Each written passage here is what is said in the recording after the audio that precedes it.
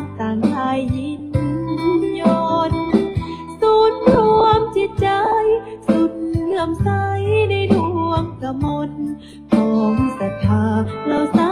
ธุชนสุขเลิศล้นบ่มีใดปาน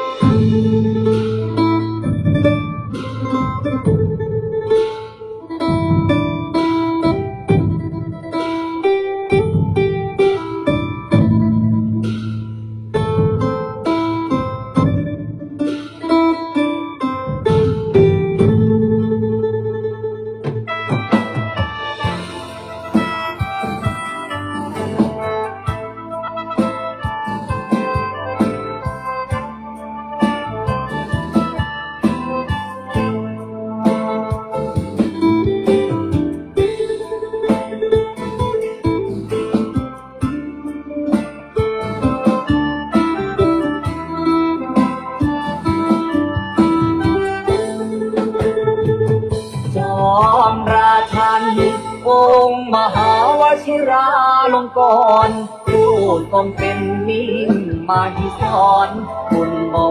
นคุ้มครอบเขตพันในวโรกาสราชาพิเศษทะเลิงทวันจึงสร้างอารามงดงามตระการถวายองค์ท่านเป็นราชบุตร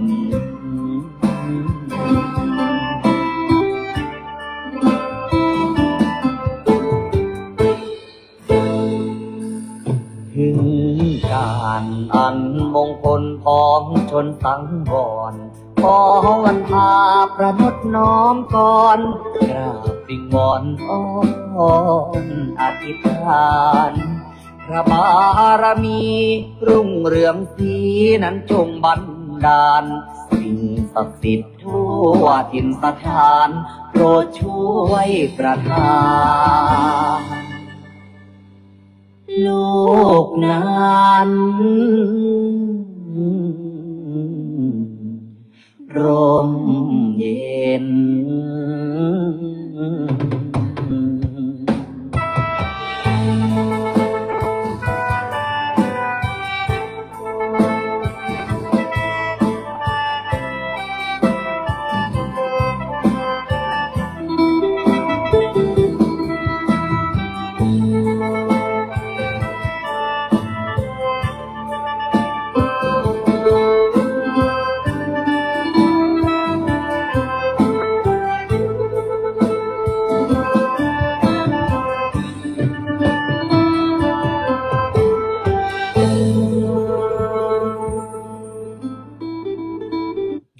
ความนอบน้อมในพระรัตนตรัยอันมีคุณพระพุทธคุณพระธรรมคุณพระสงฆ์ขอถวายความอาลัยในหลวงพ่อเจ้าประคุณสมเด็จพระพุทธชินวงศ์องค์อดีตเจ้าวาดวัดพิชัยญาติขอความสุขความสวัสดีจงบังเกิดมีแก่ญาติโยมญาติธรรมลูกหลานมนต์มหาจักรพรรดิทุกท่านทุกคนที่ได้มาสวดมนต์ทุกค่ำคืนก่อนนอนในค่ำคืนนี้เป็นค่ำคืนที่เป็นค่ำคืนที่2,000แล้วนะคืนนี้ไม่ใช่1,000นะเมื่อคืน1999คืนนี้เป็นคืนที่2,000นะโยมในวันอังคารวันที่10 มีนาคม 2569ในช่วงเวลา 1 ทุ่มค่ำคืนนี้มีท่านพระอาจารย์อมรรัตน์เนาะจากวัดสุทธิสะอาดมินบุรีนั่นนะใช่ไหมโยมคลองสามวากรุงเทพมหานครพร้อมคณะโยมแม่โยมพี่โยมอุปถัมภ์มาสวดมนต์ที่วัดป่าพุทธชินวงศ์ศาลามด้วยเพื่อจะได้มามุทิตาจิตกับหลานกับลูกชายที่ได้รับปริญญาในวันพรุ่งนี้ที่ม.พะเยาซึ่งอาจารย์อมรรัตน์ก็เคยมา ที่นี่อยู่ครั้งหนึ่ง แล้วก็เป็นศิษย์ที่วัดพิชัยญาติพระอาจารย์ก็เป็นอาจารย์อยู่ที่นั่นก็ได้ถวายความรู้ตลอดถึงได้พบปะพูดคุยกันเป็นรุ่นสุดท้ายนะหลังๆพระอาจารย์ก็ไม่ไปสอนละ ก็ยังเป็นอาจารย์อยู่แต่ว่ามอบหมายภาระให้ลูกศิษย์สอนแทนที่มหาวิทยาลัยมหาจุฬาลงกรณราชวิทยาลัยวิทยาเขตบารีศึกษาพุทธโคตนครปฐมซึ่งมีห้องเรียนอยู่ที่วัดพิชัยญาติปัจจุบันก็ยังมีอยู่นะท่านอาจารย์อมรรัตน์ก็เป็นศิษย์วัดด้วยก็ถือว่ามีโอกาสได้มาสวดมนต์ด้วยกันตลอดถึงญาติโยมที่เดินทางมาจากดอกคำใต้นั่นนะเป็นคนชัยภูมิเป็นมาอยู่พะเยาตั้งแต่ปี 2504 มาวันนี้มีโอกาสได้มาวัดม่อนพญานาคแต่มาในช่วงค่ำช่วงเวลาจังหวะที่สวดมนต์ก็ได้มีโอกาสได้สวดมนต์ด้วยกันตลอดถึงพระสงฆ์องค์เนรวัดม่อนพญานาคซึ่งค่ำคืนนี้นำท่านทั้งหลายสวดมนต์เบื้องหน้าองค์ท้าวเวสสุวรรณจตุมหาราชนาคีรีพิทักษ์สถานที่ศักดิ์สิทธิ์ของวัดม่อนพญานาคอีกที่หนึ่งมีผู้โยมที่สวดมนต์กับพระอาจารย์ทุกค่ำคืนก็ตั้งจิตอธิษฐานเอาแต่เมื่อคืนนี้สวดไม่ได้นะที่นี่เพราะว่า2 ทุ่มตั้งแต่1 ทุ่มนะเมื่อคืนเนี่ยจนถึงเกือบ4 ทุ่มถึง5 ทุ่มฝนตกหนักมากเมื่อคืนทั้งลมทั้งฝนป้ายภายในวัดต้นไม้ภายในวัดล้มหมดนะโยมนั่นที่โยมเห็นนี่เพิ่งกลับคืนมาสู่สภาพเดิมถ้ามาเมื่อเช้านี่ดูไม่ได้เลยนะ เพราะว่าฝนตกลมแรงมากกุฏิพระสงฆ์องค์สามเณรเมื่อคืนพระไม่กล้าจำวัดในกุฏิด้านหลังม่อนพญานาคจะมีอีกเขาหนึ่งเป็นกุฏิแบบมุงจากเป็นกระท่อมหลังเล็กๆต้องลงมานั่งอยู่ด้านล่างเพราะกลัวว่ากุฏิจะปลิว แต่ได้บุญกุศลที่ท่านสวดมนต์กุฏิพระไม่เป็นอะไรเลยนะ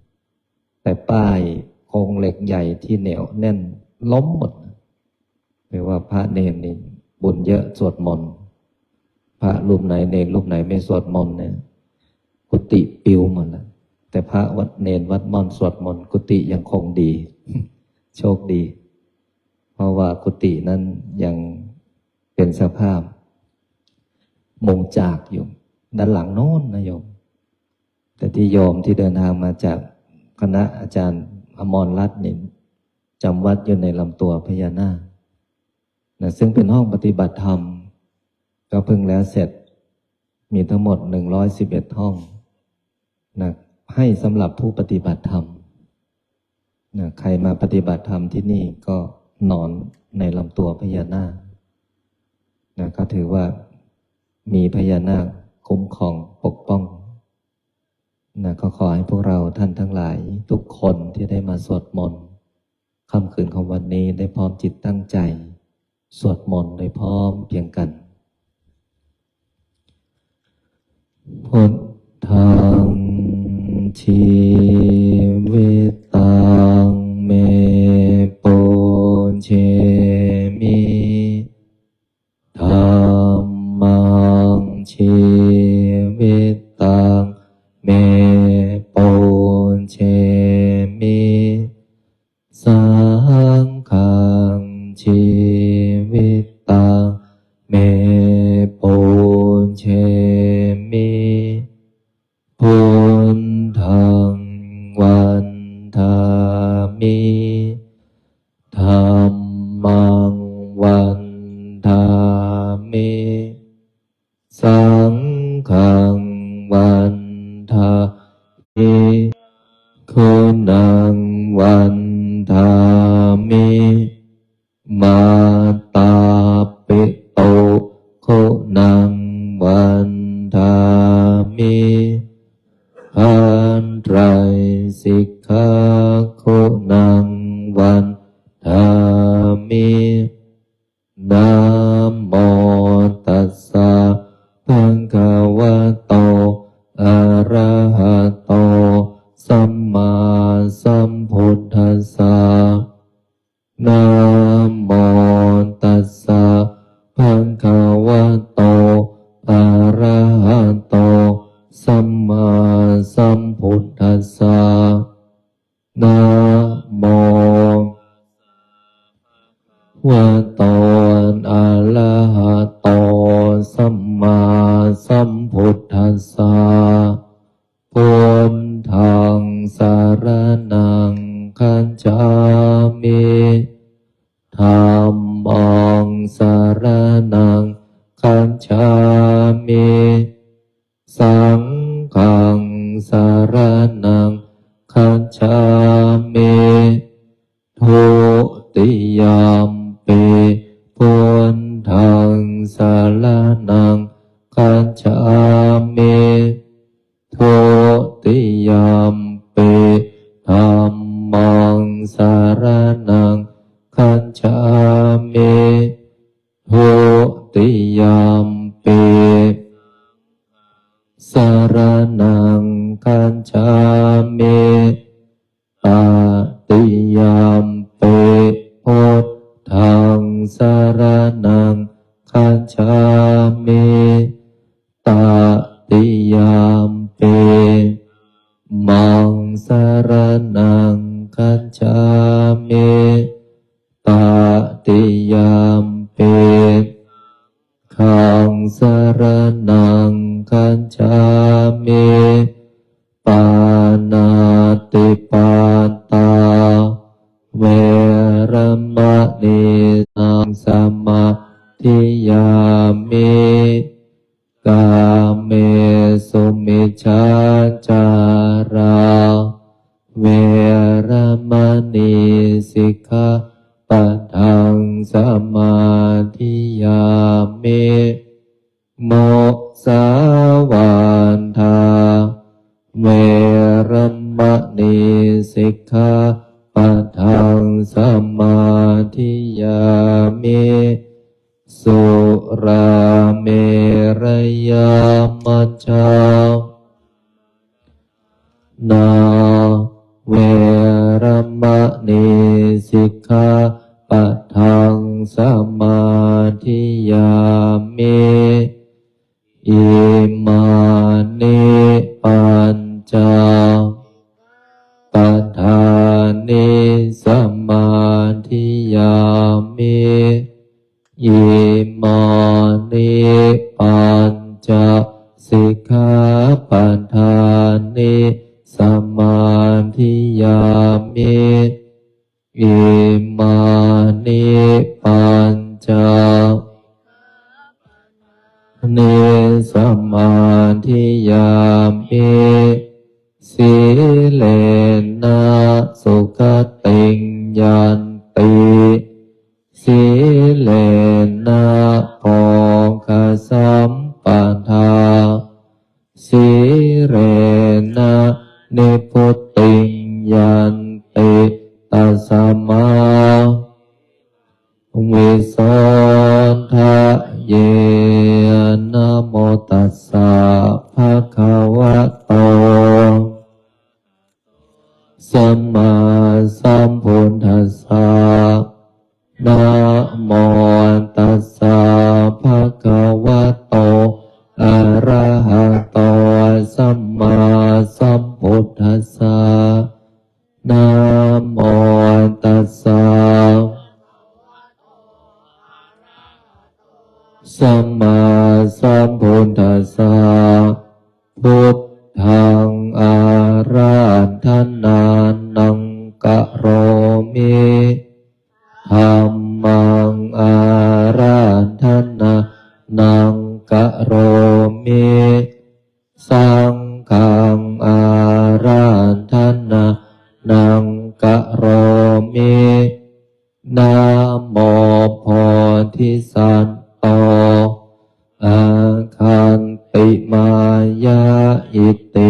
ภะคะวา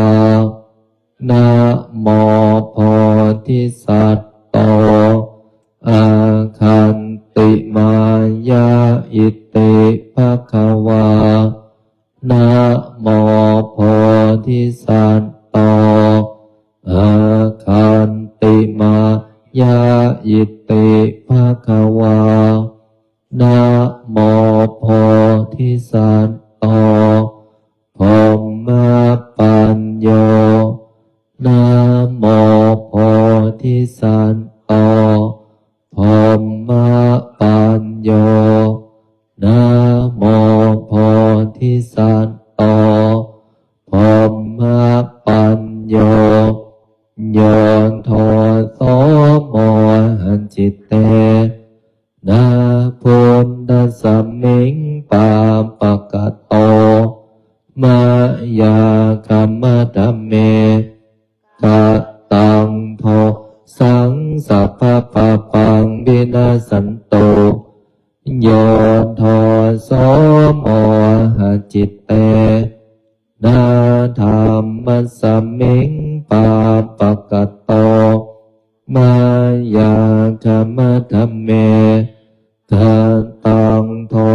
สังสัพพะปะปังวินาสันโตโยนโทโสโมหันจิตเตนาสังคัสสมิงปาปะกะโตกัมมะธัมเมกะตังโทสังสัพพะปะปังวินาสันโต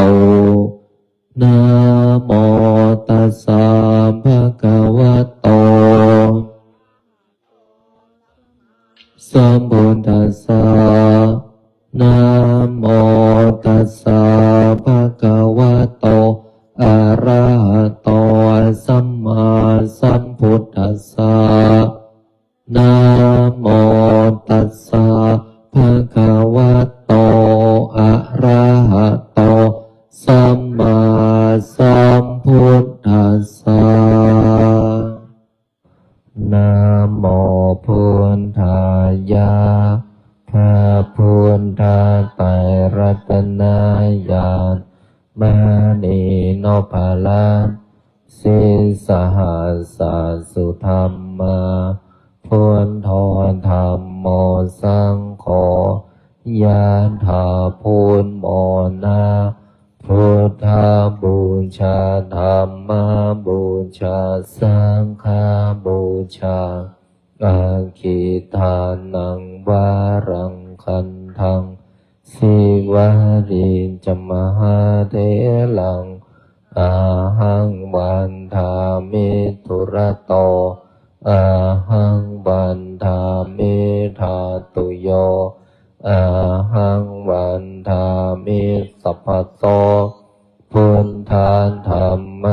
สังฆาปุญเชมินะโมพุทธายะพระพุทธไตรรัตนญาณมณีโนภาลังสิสหัสสะสุธรรมาพุทโธธัมโมสังโฆยะถาพุทโมนาพุทธบูชาธัมมบูชาสังฆบูชาอาคิทานังวารังคันทังสิวาริจมหาเถลังอาหังวันทามิทุระโตอาหังวันทามิธาตุโยอาหังวันทามิสัพพะโตพุทธานธรรมสังฆาปุญเชมินะโมพุทธายะพระพุทธไตรรัตนญาณมณีโนภาลังสิสหัสสะสุธรรมาพุทโธธัมโมสังโฆยะถาพุทโมนาพุทธบูชาธัมมบูชาสังฆบูชาอาคิทานังวารัง คันทังสิวาริจมหาเถลังอาหังวันทามิทุระโตอาหังวันทามิธาตุโยอาหังวันทามิสัพพโสพุทธาธัมมาสังฆาปุญเชมินะโมพุทธายะภาพุทธาไตรรัตนายานมานีโนปารันสิสหัสสสุธรรมาพุทโธธัมโมสังโฆยานถาพุทโมนะพุทธาบูชาธัมมาบูชาสังฆาบูชาอาคิตานังวารังคันทังสิวาริจมหาเถลังอาหังวันทามิทุระโตอาหังวันทามิธาตุโยอาหังวันทามิสัพพโตพุทธาธัมมาสังฆาปุเชมินะโมพุทธายะภาพุทธาไตรรัตนายานมานีโนปาลังสิสหัสสสุธรรมาพุทโธธัมโมสังโฆยะถาพุทโมนะพุทธาบูชาธัมมาบูชาสังฆาบูชากาคิทานังวารังคันทังสิวาริจมหาเถลังอาหังวันทามิทุระโตอาหังวันทามิธาตุโยอาหังวันทามิสัพพโสพุทธาธัมมาสังฆาปุญเชมินะโมพุทธายะภาพุทธาไตรรัตนายานมานีโนปาลังสิสหัสสสุธรรมาพุทโธธัมโมสังโฆยะถาพุทโมนะพุทธาบูชาธัมมาบูชาสังฆาบูชากาคิทานังวารังคันทังสิวาริจมหาเถลังอาหังวันทามิทุระโตอาหังวันทามิธาตุโยอาหังวันทามิสัพพโสพุทธาธัมมาสังฆาปุญเชมินะโมพุทธายะภาพุทธาไตรรัตนายานมานีโนปาลังสิสหัสสสุธรรมาพุทโธธัมโมสังโฆยะถาพุทโมนะพุทธาบูชาธัมมาบูชาสังฆาบูชากาคิทานังวารังคันทังสิวาริจมหาเถลังอาหังวันทามิทุระโตอาหังวันทามิธาตุโยอาหังวันทามิสัพพโสพุทธาธัมมาสังฆาปุญเชมินะโมพุทธายะภาพุทธาไตรรัตนายานมานีโนปาลังสิสหัสสสุธรรมาพุทโธธัมโมสังโฆยะถาพุทโมนะพุทธาบูชาธัมมาบูชาสังฆาบูชากาคิทานังวารังคันทัง สิวาริจมหาเถลังอาหังวันทามิตุระโตอาหังวันทามิธาตุโยอาหังวันทามิสัพพโสพุทธาธัมมาสังฆาปุญเชมินะโมพุทธายะพระพุทธไตรรัตนญาณมานีโนภาลังสิสหัสสสุธรรมาพุทโธธัมโมสังโฆยะถาพุทโมนาพุทธาบูชาธัมมาบูชาสังฆาบูชากาคิทานังวารังคันทังสิวาริจมหาเถลังอาหังวันทามิตุระโตอาหังวันทามิธาตุโยอาหังวันทามิสัพพโส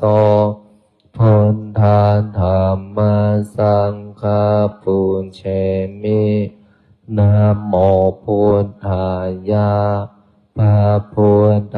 ไตรรัตนญาณมานีโนภาลังสิสหัสสสุธรรมาพุทโธธัมโมสังโฆยะถาพุทโมนาพุทธาบูชาธัมมาบูชาสังฆาบูชากาคิทานังวารังคันทังสิวาริจมหาเถลังอาหังวันทามิตุระโตอาหังวันทามิธาตุโยอาหังวันทามิสัพพโสพุทธาธัมมาสังฆาปุญเชมินะโมพุทธายะพระพุทธไตรรัตนญาณมานีโนภาลังสิสหัสสสุธรรมาพุทโธธัมโมสังโฆยะถาพุทโมนาพุทธาบูชาธัมมาบูชาสังฆาบูชากาคิทานังวารังคันทังสิวาริจมหาเถลังอาหังวันทามิตุระโตอาหังวันทามิธาตุโยอาหังวันทามิสัพพโสพุทธาธัมมาสังฆาปุญเชมินะโมพุทธายะพระพุทธไตรรัตนญาณมานีโนภาลังสิสหัสสสุธรรมาพุทโธธัมโมสังโฆยะถาพุทโมนาพุทธาบูชาธัมมาบูชาสังฆาบูชากาคิทานังวารังคันทังสิวาริจมหาเถลังอาหังวันทามิตุระโตอาหังวันทามิธาตุโยอาหังวันทามิสัพพโสพุทธาธัมมาสังฆาปุญเชมินะโมพุทธายะพระพุทธไตรรัตนญาณมานีโนภาลังสิสหัสสสุธรรมาพุทโธธัมโมสังโฆยะถาพุทโมนาพุทธาบูชาธัมมาบูชาสังฆาบูชากาคิทานังวารังคันทัง สิวาริจมหาเถลัง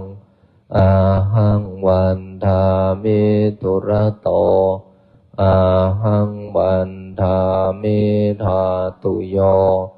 อาหังวันทามิสัพพโสพุทธาธัมมาสังฆาปุญเชมินะโมพุทธายะพระพุทธไตรรัตนญาณมานีโนภลังสิสหัสสสุธรรมาพุทโธธัมโมสังโฆยะถาพุทโมนาพุทธาบูชาธัมมาบูชาสังฆาบูชากาคิทานังวารังคันทังสิวาริจมหาเถลังอาหังวันทามิตุระโตอาหังวันทามิธาตุโยอาหังวันทามิสัพพโสพุทธาธัมมาสังฆาปุญเชมินะโมพุทธายะพระพุทธไตรรัตนญาณมานีโนภลังสิสหัสสสุธรรมาพุทโธธัมโมสังโฆยะถาพุทโมนา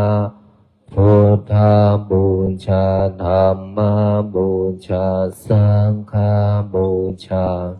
กาคิทานังวารังคันทังสิวาริจมหาเถลังอาหังวันทามิตุระโตอาหังวันทามิธาตุโยอาหังวันทามิสัพพโสพุทธาธัมมาสังฆาปุญเชมินะโมพุทธายะพระพุทธไตรรัตนญาณมานีโนภลังสิสหัสสสุธรรมาพุทโธธัมโมสังโฆยะถาพุทโมนาพุทธาบูชาธัมมาบูชาสังฆาบูชากาคิทานังวารังคันทังสิวาริจมหาเถลังอาหังวันทามิตุระโตอาหังวันทามิธาตุโยอาหังวันทามิสัพพโสพุทธาธัมมาสังฆาปุญเชมินะโมพุทธายะพระพุทธไตรรัตนญาณมานีโนภลังสิสหัสสสุธรรมาพุทโธธัมโมสังโฆยะถาพุทโมนาพุทธาบูชาธัมมาบูชาสังฆาบูชากาคิทานังวารังคันทังสิวาริจมหาเถลังอาหังวันทามิตุระโตอาหังวันทามิธาตุโยอาหังวันทามิสัพพโสพุทธาธัมมาสังฆาปุญเชมินะโมพุทธายะพระพุทธไตรรัตนญาณมานีโนภลังสิสหัสสสุธรรมาพุทโธธัมโมสังโฆยะถาพุทโมนาพุทธาบูชาธัมมาบูชาสังฆาบูชากาคิทานังวารังคันทัง สิวาริจมหาเทลังอาหังวันทามิตุระโต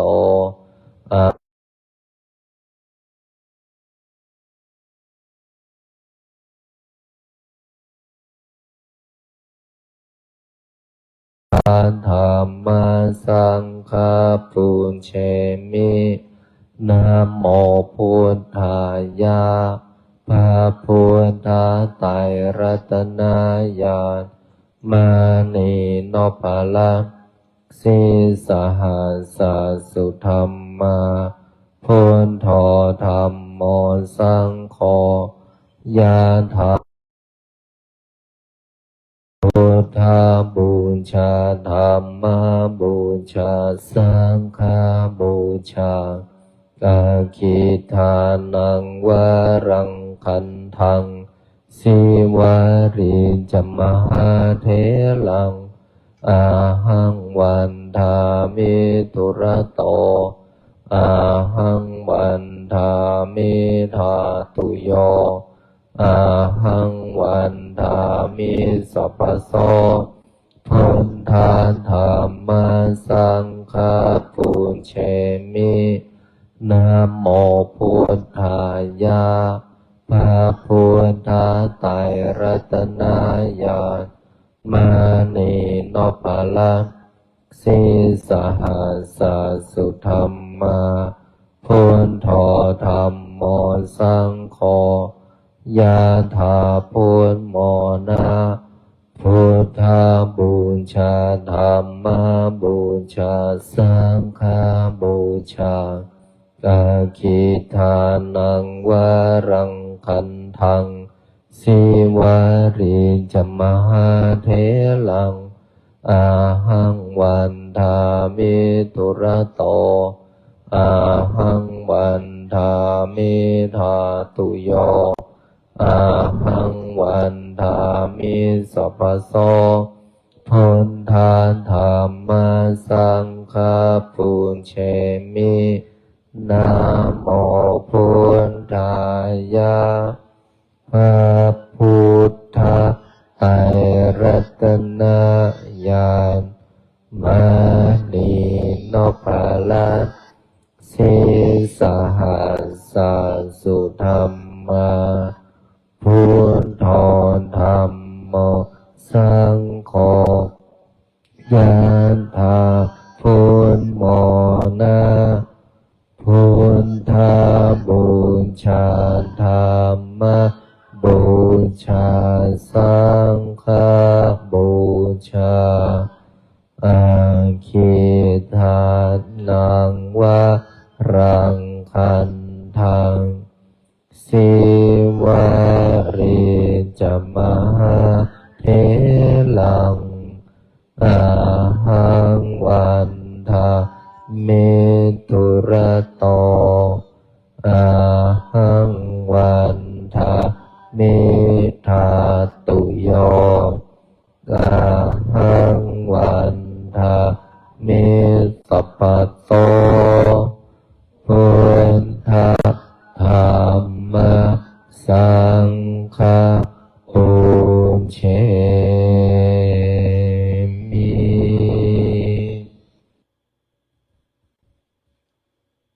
พอสมควรแก่เวลากับการสวดมนต์แต่ตอนนี้ให้พวกเราท่านทั้งหลายได้เข้าสู่การทำสมาธิปรับเปลี่ยนอิริยาบถท่านั่งเข้าสู่การเจริญจิตภาวนาตั้งตัวให้ตรงดำรงคงสติอยู่ที่ลมหายใจตัวตรงหน้าตรงหลังตรงคอตรงหลับตาลงหายใจเข้าลึกๆ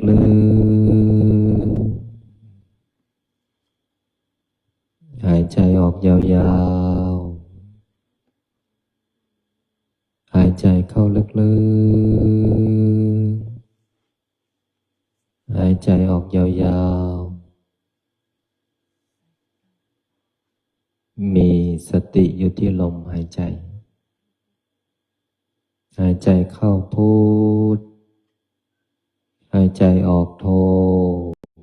หายใจออกโท วางจิตให้สบายสบายไม่เพ่งไม่เก่งไม่ต้องส่งจิตไปที่หนึ่งที่ใดสบายสบายความรู้สึกนั้นก็รู้สึกผ่อนคลายผ่อนคลายทั้งกายผ่อนคลายทั้งจิตเมื่อกายจิตของเราผ่อนคลายอารมณ์รู้สึกเบาสงบนิ่งสว่างเมื่อจิตของเราท่านทั้งหลายตั้งมั่นเป็นสมาธิจิตก็ไม่วอกแวกจิตก็ไม่สับสายจิตก็ไม่ฟุ้งจิตก็ไม่วิตกกังวลจิตก็ไม่ต้องกระวนกระวายจิตก็มีพลังพลังที่เป็นสมาธิที่มั่นคงเมื่อเราท่านทั้งหลายจิตตั้งมั่นจิตมั่นคงจิตไม่หวั่นไหวอารมณ์ก็รู้สึกดีเมื่อจิตของเรารู้สึกผ่อนคลาย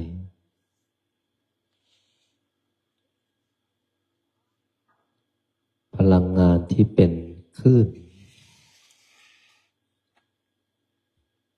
ที่อยู่รอบข้างเราตลอดถึงพลังงานของมนต์มาจักรพรรดิก็จะเป็นพลังงานที่แผ่ออกด้วยจิตที่เป็นพลังงานที่ดีเมื่อจิตของเราแผ่ออกเป็นพลังงานที่ดีพลังงานรอบข้างก็ดีสิ่งดีๆก็จะปรากฏเกิดขึ้นด้วยกำลังจิตที่ดีการสวดมนต์ทุกคืนก็มุ่งหวังให้จิตสงบการทำสมาธิทุกคืนก็หวังให้จิตนิ่งการแผ่เมตตาทุกค่ำคืนก็เพราะว่าเราเจริญเมตตาธรรมตลอดระยะเวลา 2,000 คืนที่พวกเราอยู่ด้วยกันปฏิบัติไปด้วยกันภาวนาไปด้วยกันอธิษฐานไปด้วยกันแผ่เมตตาไปด้วยกัน 2,000 คืนเป็นการสะสมบุญไปทีละนิดทีละนิดสร้างบุญให้กับตัวเองทีละนิดทีละนิดชำระล้างจิตของเราให้ใสสะอาดเมื่อจิตใจของเราใสสะอาดจิตก็บริสุทธิ์เมื่อจิตของเราบริสุทธิ์เราจะพูดจะทำจะคิดจะอยู่ที่แห่งหนตำบลใดเราก็มีความสุขก็เพราะว่าจิตของเรานั้นมีความสงบแต่ถ้าจิตของเรายังว้าวุ่นใจวิตกกังวลกระวนกระวายสับสนจะเอายังไงกับชีวิตจะสวดมนต์ก็ไม่สงบจะนั่งสมาธิก็ไม่สงบแผ่เมตตาก็ไม่สงบก็เพราะว่าภายในใจนั้นมีแต่เรื่องที่คุณคิดแต่ถ้าเราจิตสบายสบายจิตไม่วิตกกังวลจิตก็บันทึกแต่ความสุขพลังงานดีๆก็จะเข้ามานั้นพลังงานเป็นสิ่งสำคัญพลังงานก็คืออารมณ์นั่นแหละอารมณ์ที่มากระทบจิตอารมณ์มันเข้ามาทางไหนก็เข้ามาทางตาทางหูทางจมูกในอายตนะทั้งหลายนั้นการสวดมนต์ทำสมาธิแผ่เมตตาของพวกเราก็คือการล้างอารมณ์เพิ่มกำลังบุญเพิ่มกำลังใจเพิ่มกำลังจิตเพิ่มกำลังแห่งสติก่อเกิดซึ่งสมาธิแห่งปัญญาเมื่อเรามีสติสมาธิปัญญาการที่เราจะพูดจะคิดจะทำข้อผิดพลาดก็น้อยปัญหาใดเกิดก็แก้ได้อุปสรรคใดที่ขัดขวางก็ผ่านได้ดังนั้นคนที่สวดมนต์ทำสมาธิแผ่เมตตาเพิ่มกำลังจิตเพิ่มกำลังใจเพิ่มกำลังบุญเพิ่มกำลังแห่งสติสมาธิและปัญญา และล้างอารมณ์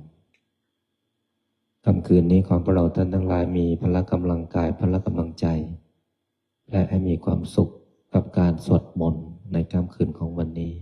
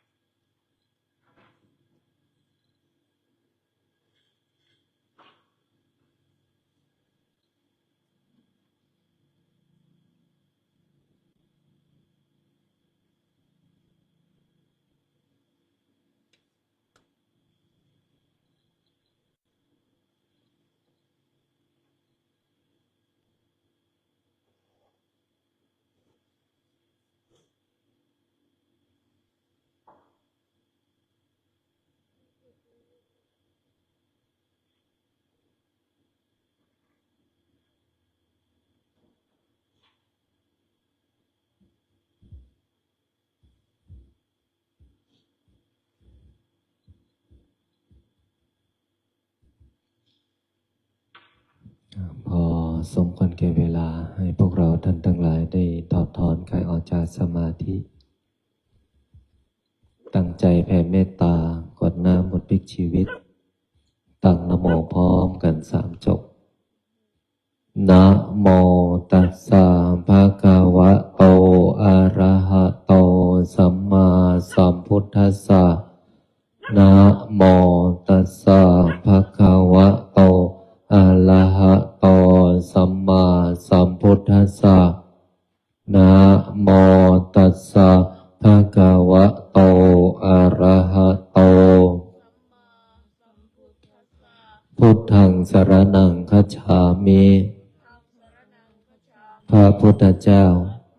เป็นที่พึ่งเป็นสรณะของข้าพเจ้าธัมมังสรณังคัจฉามิพระธรรมเป็นที่พึ่งเป็นสรณะของข้าพเจ้าสังฆังสรณังคัจฉามิพระสงฆ์เป็นที่พึ่งเป็นสรณะของข้าพเจ้าสิทธัตโธอะสมโมโลเกพระพุทธเจ้าอันมีพระนามว่าสิทธัตถะพระพุทธเจ้าไม่มีผู้อื่นผู้ใดเสมอเปรียบในโลกนะโมโพธิสัตว์โตอาคันติมายะอิติภควาสิริวิชโยนะโมพุทธายะนะติตังพยามะนาคายะอภินังนาคาสาธุโนพันเตยามะยะมะอิติปิโสภควายมราชาโนท้าวเวสสุวรรณโนมะระนังสุขังอะหังสุขโตนะโมพุทธายะท้าวเวสสุวรรณโนจาตุมหาราชิกายัคขะพันตาพัทภูริโตเวสาภุสา พุทธังอรหังพุทโธท้าวเวสสุวรรณโนนะโมพุทธายะอิโกอิตันตากสินราชาโนมะอะโอนะโมพุทธายะนะมะพัทธะจาภกัสสะอิสวาโสนะชาลิติอิมินากะตะปุญเยนะด้วยอำนาจบุญกุศลที่เกิดจากการให้ทานรักษาศีลปฏิบัติธรรมสวดมนต์บทมหาจักรพรรดิทำสมาธิแผ่เมตตากวดน้ำบทพลิกชีวิตในค่ำคืนนี้ขอน้อมถวายเป็นพุทธบูชาธรรมบูชาสังฆบูชาและขอน้อมถวายแด่ครูบาอาจารย์อันมีหลวงปู่ทวดสมเด็จพระพุทธาจารย์โตพรหมรังสีครูบาเจ้าศรีวิชัยนักบุญแห่งล้านนาหลวงปู่ดูเจ้าของมนต์มหาจักรพรรดิหลวงพ่อเกษมหลวงพ่อโคนหลวงพ่อเจ้าประคุณสมเด็จพระพุทธชินวงศ์สมศักดิ์อุปสัมมามหาเถระองค์อดีตเจ้าวาด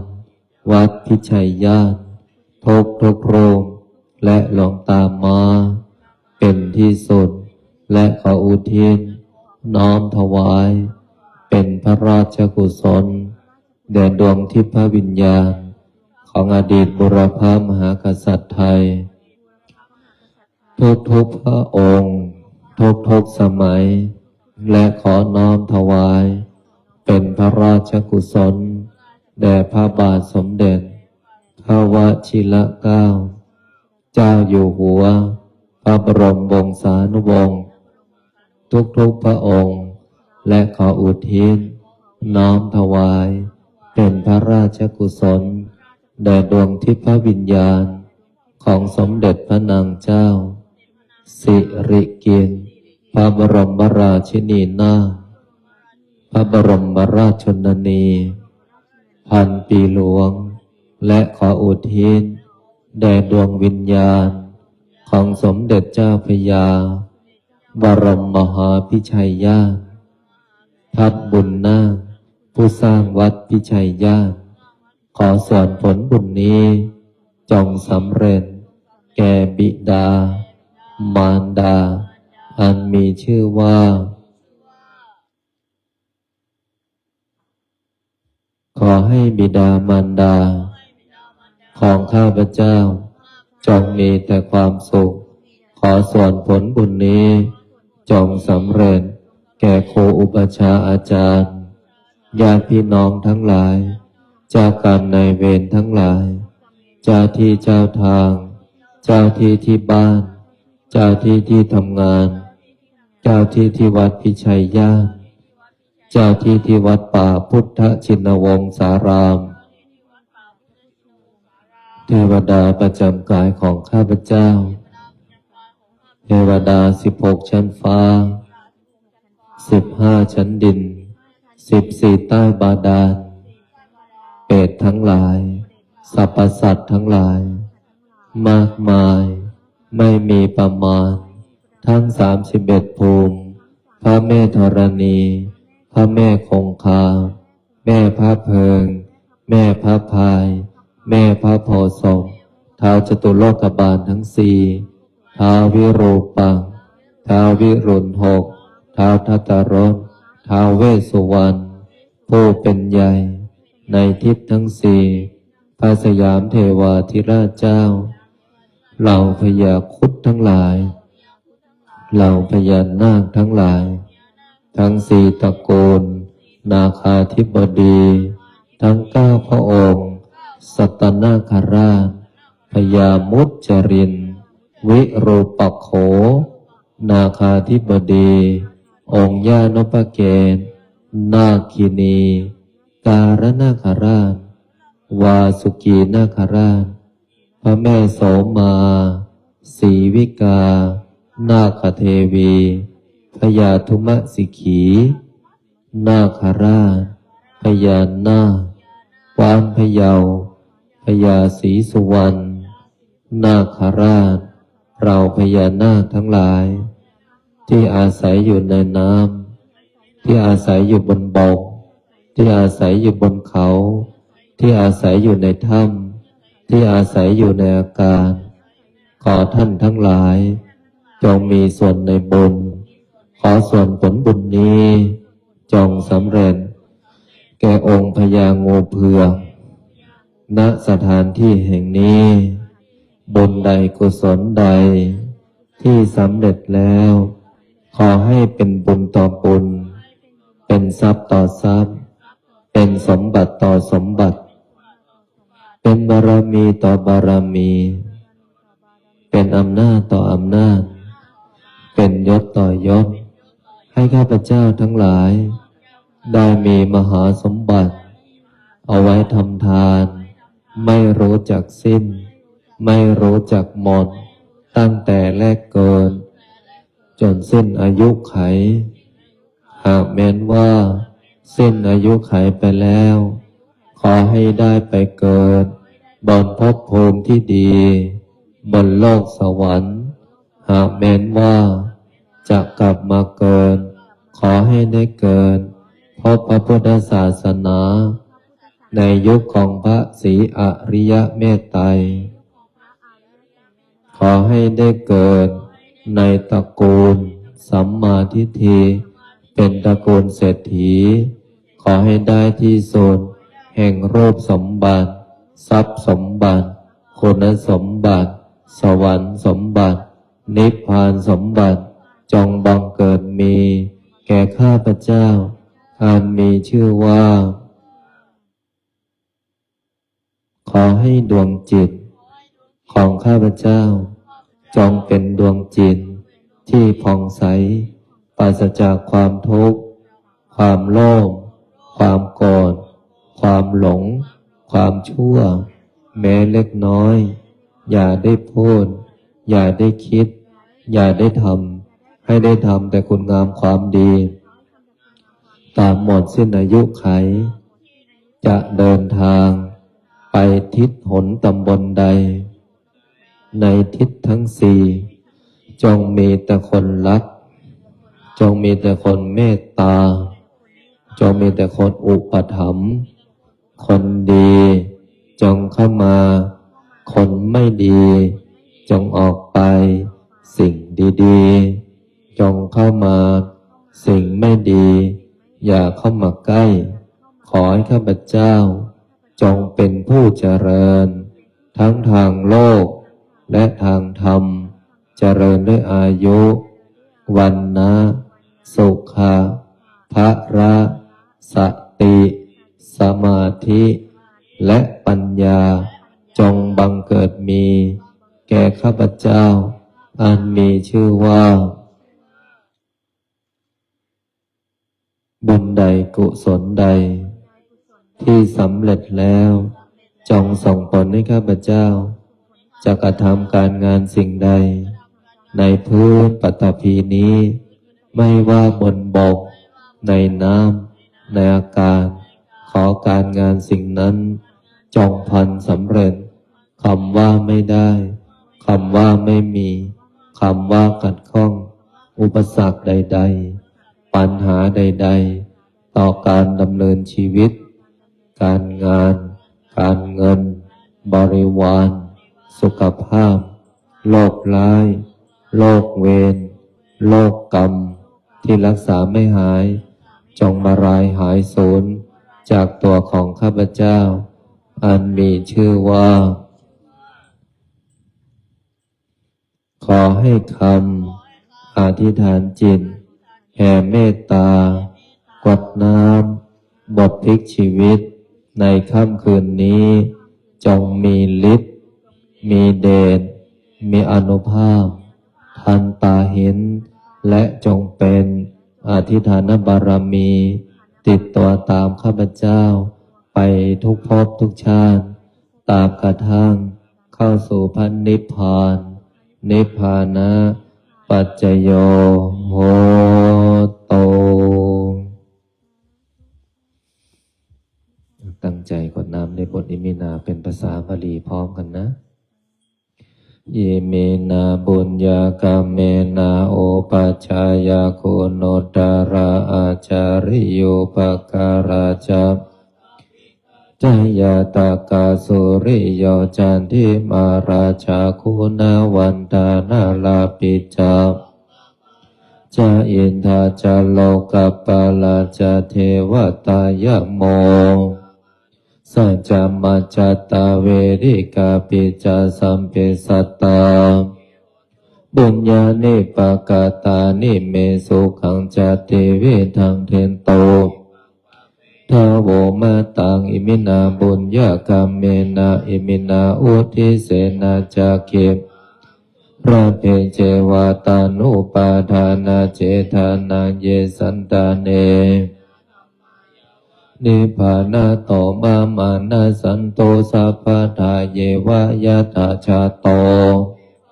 โอโชจิตตังสติปัญญาสันเลโควิริยมพระพันโตโนกาสังกัตตุนจะวิริเยโสเมพุทธทิปวารโรวโรตโมนาโทปัญจิกพุทโธเตโสตมานุภาเวนะมาโรลาพันโตมาสัมเพพุทธาสัพเพธัมมาปรามปันตามปัญเจกานันจยังพรังอรหันตา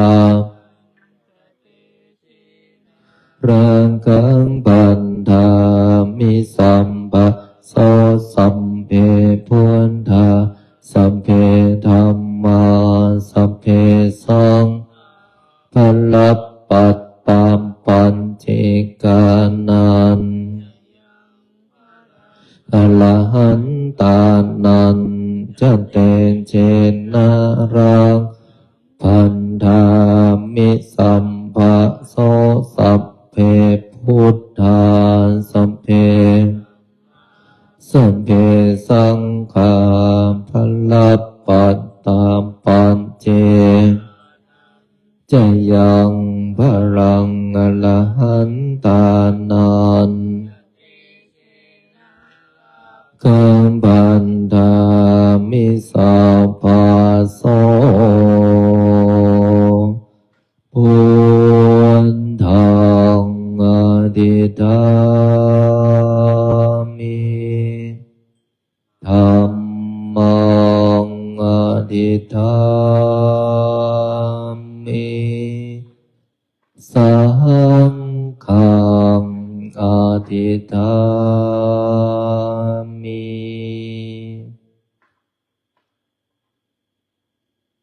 ขออำนาจบุญกุศลที่เกิดจากการสวดมนต์บทมหาจักรพรรดิทำสมาธิแผ่เมตตาขวดน้ำบทพลิกชีวิตในค่ำคืนของวันนี้บุญใดกุศลใดที่สำเร็จแล้วจงประสิทธิประทานพรให้ญาติโยมลูกหลานหมดมหาจักรพรรดิทุกคนทุกท่านจงมีแต่ความสุขความเจริญนึกคิดทำปรารถนาสิ่งใดก็ขอให้สิ่งนั้นพันสำเร็จสมความปรารถนาทุกประการอีกทั้งขอให้ทุกคนอย่าอดอย่าอยากอย่ายากอย่าจนให้มั่งมีร่ำรวยเงินทองมีสุขภาพร่างกายที่แข็งแรงมีอายุขัยที่ยืนยาวถึง100 ปีทุกท่านทุกคนเถิดนอนหลับฝันดีบุญรักษาเทวดาคุ้มครองทุกคนพบกันใหม่พรุ่งนี้1 ทุ่มนะค่ำคืนนี้ก็ขออนุโมทนากับท่านอาจารย์อมรรัตน์เนาะวัดสุทธิสะอาดของ3 วากรุงเทพมหานครพร้อมคณะได้ร่วมสวดมนต์ค่ำคืนนี้ก็ขออนุโมทนาทุกคนทุกท่านเอาละกราบลาพระรัตนตรัยได้พร้อมเพียงกัน อะระหังสัมมาสัมพุทโธภะคะวาอะทังภะคะวันตังอภิวาเทมิสวากขาโตภะคะวะตาธัมโมธัมมานามัสสามิสุปฏิปันโนภะคะวะโตสา